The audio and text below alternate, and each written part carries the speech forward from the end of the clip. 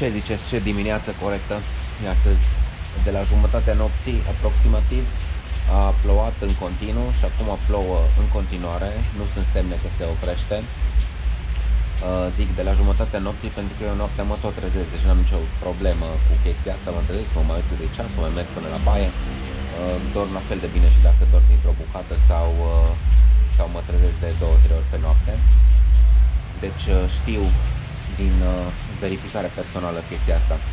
Bun, deci obiectivele de astăzi vor fi cafea, țigară, mic dejun și vedem mai târziu, deci nu știu încă. La cascadă cel puțin am aflat că mai bine nu mă duc, că sunt ceva nu inundați neapărat. Proprietarul pensiunii sau soțul doamnei a sunat acolo care pe cineva cunoștință în stat și a zis că acolo plouă foarte tare. Dacă acolo plouă foarte tare și aici nu plouă foarte tare, mie și asta mi se pare destul de tare cum plouă aici.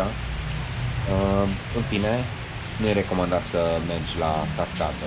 Deci s-ar putea să nu mă duc deloc, nici chiar după masă dacă se oprește ploaia.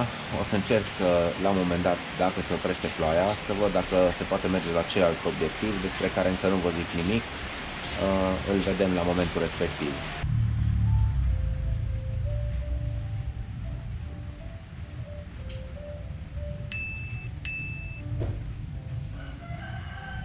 Vorbind cu doamna Aiu, așa, conversând așa de dimineață, văd că se și oprește ploaia, deci s-ar putea să mă pregătesc să ies din casă încet, încet. Mi-a adus două sarunguri din astea tradiționale din zonă și mi-a explicat că una dintre diferențe între regiuni de aici sunt următoarele. Amândouă sarungurile astea sunt Mangarai, ăsta ar fi din Bajawa, zona de unde am venit ieri. Mai puțin viu colorat în două nuanțe de galben și portocaliu, cu florile mai mici. Și ăsta ar fi Mangarai din zona asta, foarte colorat, sunt galben, verde, albastru, portocaliu, alb pe fond negru. Deci ăsta e un sarong cu motive țesute din zona Ruteng, deci Mangarai Ruteng. În fine, sunt foarte frumoase, adică ce mi s-a părut ok la toate astea că se țesute într-un material gros, deci materialul e gros, nu ca și sarongurile alea din Java sau din Bali care sunt făcute dintr-un material subțire și doar vopsite. Astea sunt țesute la manual. Ați văzut deja în filmele anterioare pe unde am mai filmat femei care țeseau la război de țesut manual. Țesute manual și fiecare zonă are alte motive. Deci astea sunt motivele de aici din zonă. Ați văzut că în ce zonă era? Nu mai știu acum în ce zonă era. Da, sunt mai multe. Eu s-ar putea să mă duc până la piață și atunci o să le vedem mai multe. Poate mă târguiesc un pic cu oamenii de acolo și chiar iau un sarong. Mi-ar plăcea să am unul din ăsta. Îmi place că sunt cilindrice și poți să le îmbraci, adică și celelalte le poți coase la capăt, că saronguri de 2 metri pe 1 metru aproximativ, dacă vrei poți să-l coși la capătul de 1 metru și atunci devine cilindric, de astea de la bun început sunt făcute cilindrice și le poți îmbrăca. Și chiar ieri când am fost în satul de aici, în Rutengpu, când m-au îmbrăcat forțat, în ghilimele, că nu mi-a displăcut chestia, când m-au îmbrăcat cu sarongul respectiv, m-am simțit chiar bine, adică era călduros. După ce l-am dat jos cum doar în pantaloni scurți, mi-a fost fric pe scuter înapoi.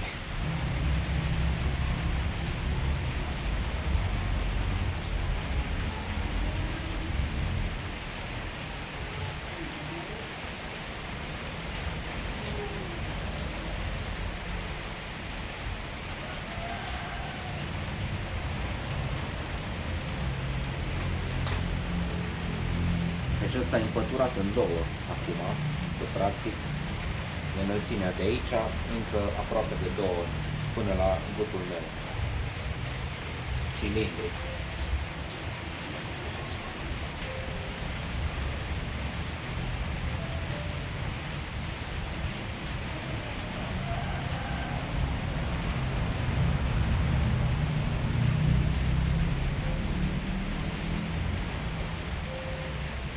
Deci fiind așa cilindrice, dacă ți-e frig, poți să le îmbraci și le poți folosi în mai multe feluri, să le iei pe tine, exact ca și pufurile, dacă știți chestiile alea, articolele alea de mers la munte, pe care le poți pune la gât, pe cap, pe jumătate de cap, pe tot capul, stânga-dreapta, pe mână.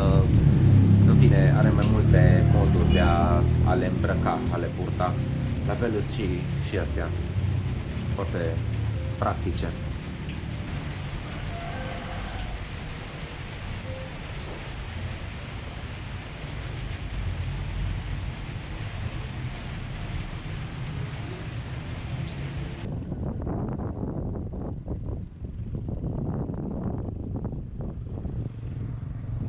N-am mai avut răbdare să aștept, am ieșit într-o pauză dintre ploi, că toată dimineața a plouat, deja e aproape amiază, să vizitez peștera Liang Bua sau peștera Hobbitului. E la 14 km de Ruteng, Ruteng e acolo în spate și am ieșit pe un drum secundar care ne va duce la peșteră.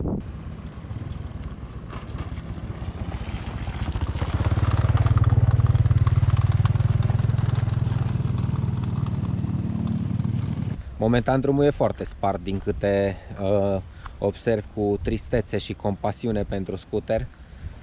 Stau un pic aici să vedem dacă vine cineva. A, da, uite că vine. Vine cineva, să vedeți cum se trece prin gropile astea, prin bălți. Hello, mister.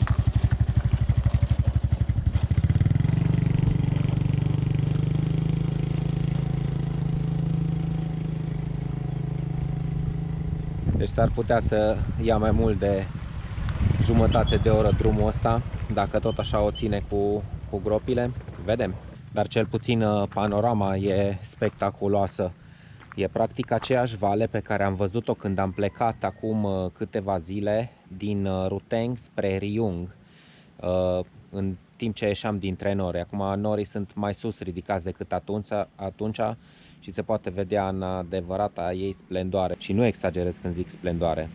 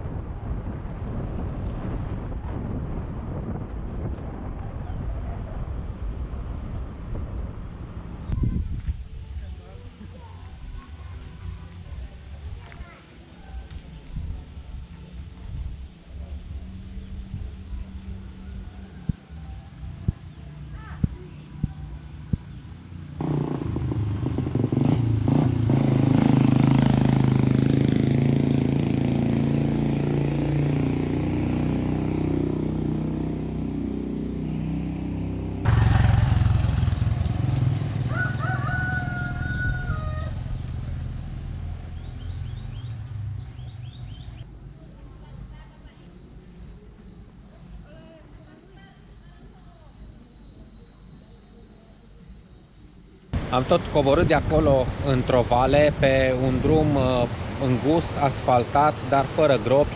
Am mai dat de niște gropi abia aici jos. Acum intrăm în zona peșterii, că în față e o poartă pe care scrie în engleză și în indoneziană: bine ați venit la Liang Bua.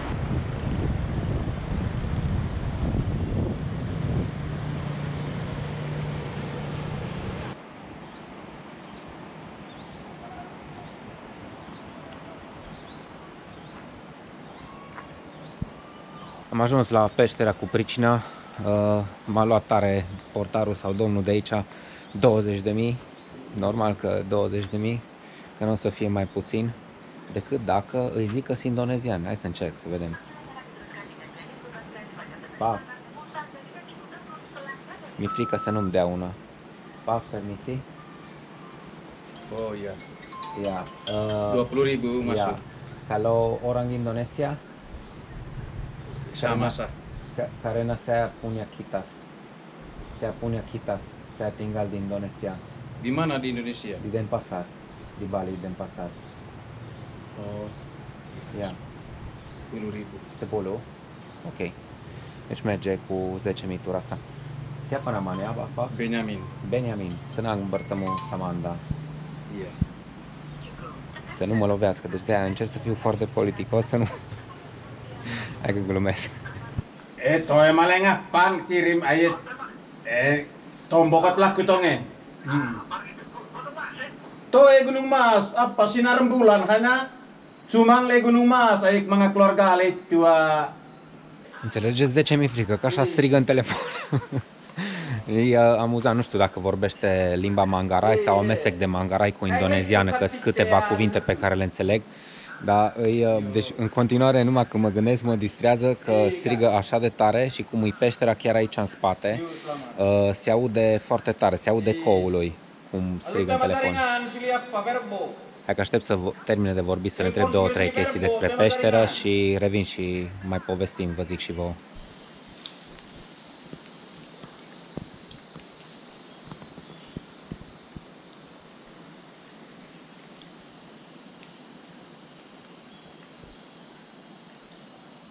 Nu m-a lămurit cu nimic domnul portar, pentru că cred că este doar un portar. Mamă, ce râmă! Deci așa râmă, zici că e direct de pe reactorul de la Cernobâl, dar trebuie să vă arăt. E imensă. Hai. Asta e visul pescarilor. Și are și două picioruțe. Deci asta e râmă care se transformă. Vedeți? Aici sus. Are picioruțe. Am glumit, nu-s picioruțe. Nu știu ce îs, dar sigur picioruțe nu -s. Imensă râma asta. Cu asta poți să pescuiești tot lacul, dacă mergi la pescuit.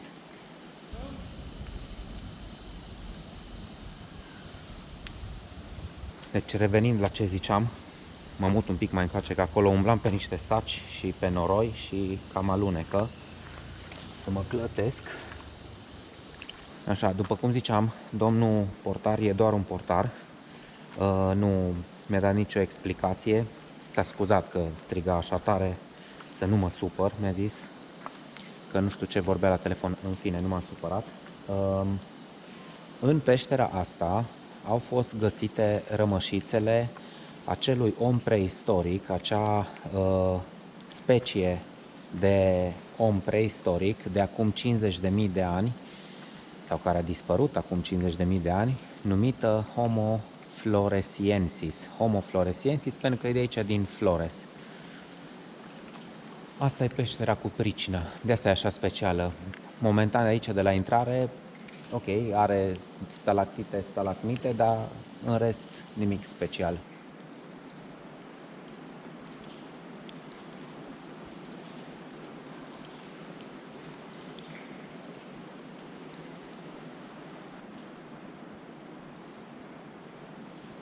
Uitându-mă la stalactitele astea, mi se par mai interesante decât ce stalactite am mai văzut până acum, că sunt crescute într-o parte, posibil datorită unor curenți care existau prin peșteră când era doar o peșteră, curenți de aer, și atunci ele, în loc să crească vertical în jos, au crescut cam așa, deci nu sunt drepte, că sunt așa. Și au multă verdeață pe ele, mușchi sau alge, ce-o fi.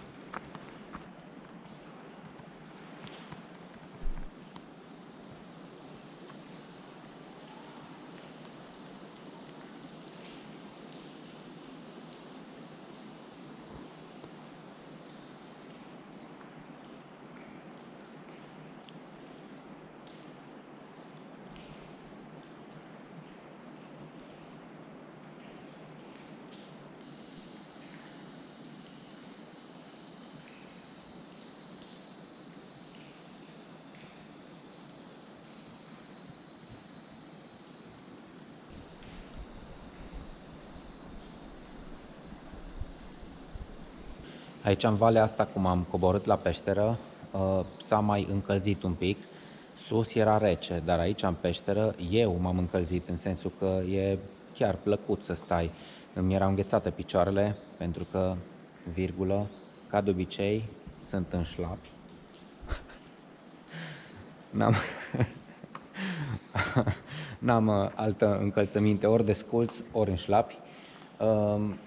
Dar ideea e că de când am intrat în peștera asta am început să mă încălzesc, acum mi scald de picioarele. Citisem în review-uri pe Google Maps, că mai fac și chestia asta, mai citesc ocazional pe Google Maps, că în lunile de vară, iunie, iulie, august, există una sau mai multe echipe de arheologi care vin și fac săpături aici. Acum, după cum ați văzut jos, e totul călcat în picioare, dar ar fi fost interesant de discutat cu ei. Deci dacă veniți cumva în luni de vară, sau dacă eu o să mă întorc în luni de vară, atunci sigur să vorbesc mai multe cu ei, să întreb unde anume au găsit oasele, dacă au găsit și în alte peșteri.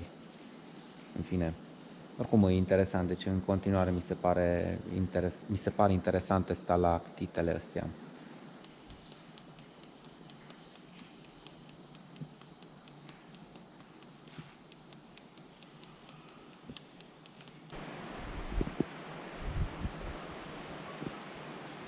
Am intrat în muzeul aferent peșterii, o construcție destul de nouă.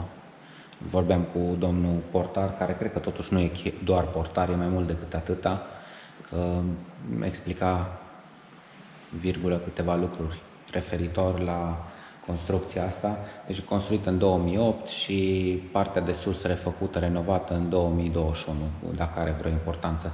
În fine, deci domnul portar de acolo, de la peșteră, mi-a deschis și muzeul să mă uit. O să citesc un pic înainte și după aia vă zic 3 vorbe sau 4 sau 5 despre Homo floresiensis. Tot îmi vine să-i zic Homo floresiensis, dar e Homo floresiensis.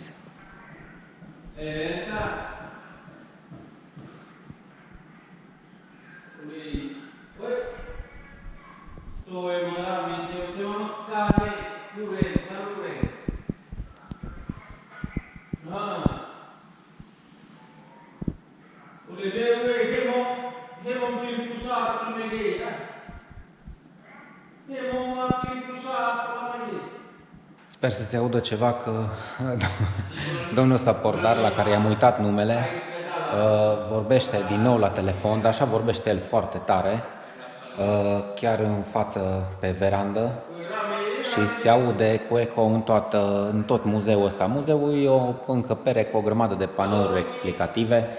Ce pot să vă zic despre Homo floresiensis e că hai că citesc de pe panou ca să nu mă tot bâlbâi în greșeli, are vreo 30 de kilograme când e adult, 1 metru și 6 cm înălțime aproximativ, lungimea femurului 28 de cm și, ce mi se pare interesant, greutatea creierului 420, nu greutatea, volumul 420 de centimetri cubi, comparativ cu creierul uman a Homo sapiens, care suntem voi și eu, 1300 de centimetri cubi. Și așa comparativ, ca să vă faceți o idee, volumul creierului cimpanzeilor este de 375 de centimetri cubi. Deci 375 cimpanzei, 420 Homo floresiensis, 1300 Homo sapiens. Asta înseamnă că erau puțin mai deștepți decât cimpanzeii, dar că e un strămoș al oamenilor. Nu suntem direct descendenți din Homo floresiensis, ci din Homo sapiens. Homo sapiens fiind specia umană care a supraviețuit și a ajuns să le domine și să le ducă la extincție pe celelalte. E una dintre cele câteva specii umane existente de-a lungul timpului. Se spune că a apărut în jurul a 7 milioane de ani în urmă, dar a dispărut în urmă cu 50.000 de ani. Conform acestui panou pe care l-am în față, Homo floresiensis n-a știut să facă focul, nu avea ritualuri de înmormântare, nu domesticea animale, deci singurul lucru pe care îl făcea în plus față de maimuțe sau de cimpanzei era că folosea unelte simple, cum ar fi pietre cioplite. Am văzut în documentare și cum și cimpanzeii folosesc paie pentru a extrage insecte din scoarța copacilor sau pietre ca să lovească, să omoare anumite animale mici sau, în fine, anumite unelte la modul cel mai simplu pe care le pot folosi în sălbăticie. Doar că în cazul Homo floresiensis se pare că folosea pietre șlefuite puțin, tăioase, cu care probabil tăiau carnea sau îi ajuta în momentul vânătorii. Da, sunt interesante panourile astea și util că sunt scrise și în indoneziană și în engleză, că dacă erau scrise în indoneziană nu înțelegeam mare lucru. Ce am aflat e că Homo floresiensis e un om, sau era un om foarte mic, 1,06 cm înălțime, nu 1,50 cum ziceam într-un film mult mai devreme când am pomenit pentru prima oară despre Homo floresiensis. În filmul respectiv ziceam Homo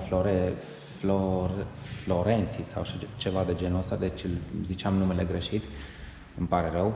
Da, se mai numește peștera asta, se mai numește și peștera Hobbitului, Hobbit Cave, probabil datorită staturii. Picioarele nu erau chiar de hobbit și nu se știe dacă erau păroase sau nu ca la hobbiți. Și gata, cu asta am văzut și muzeul, interesant. Acum ne întoarcem înspre Ruteng.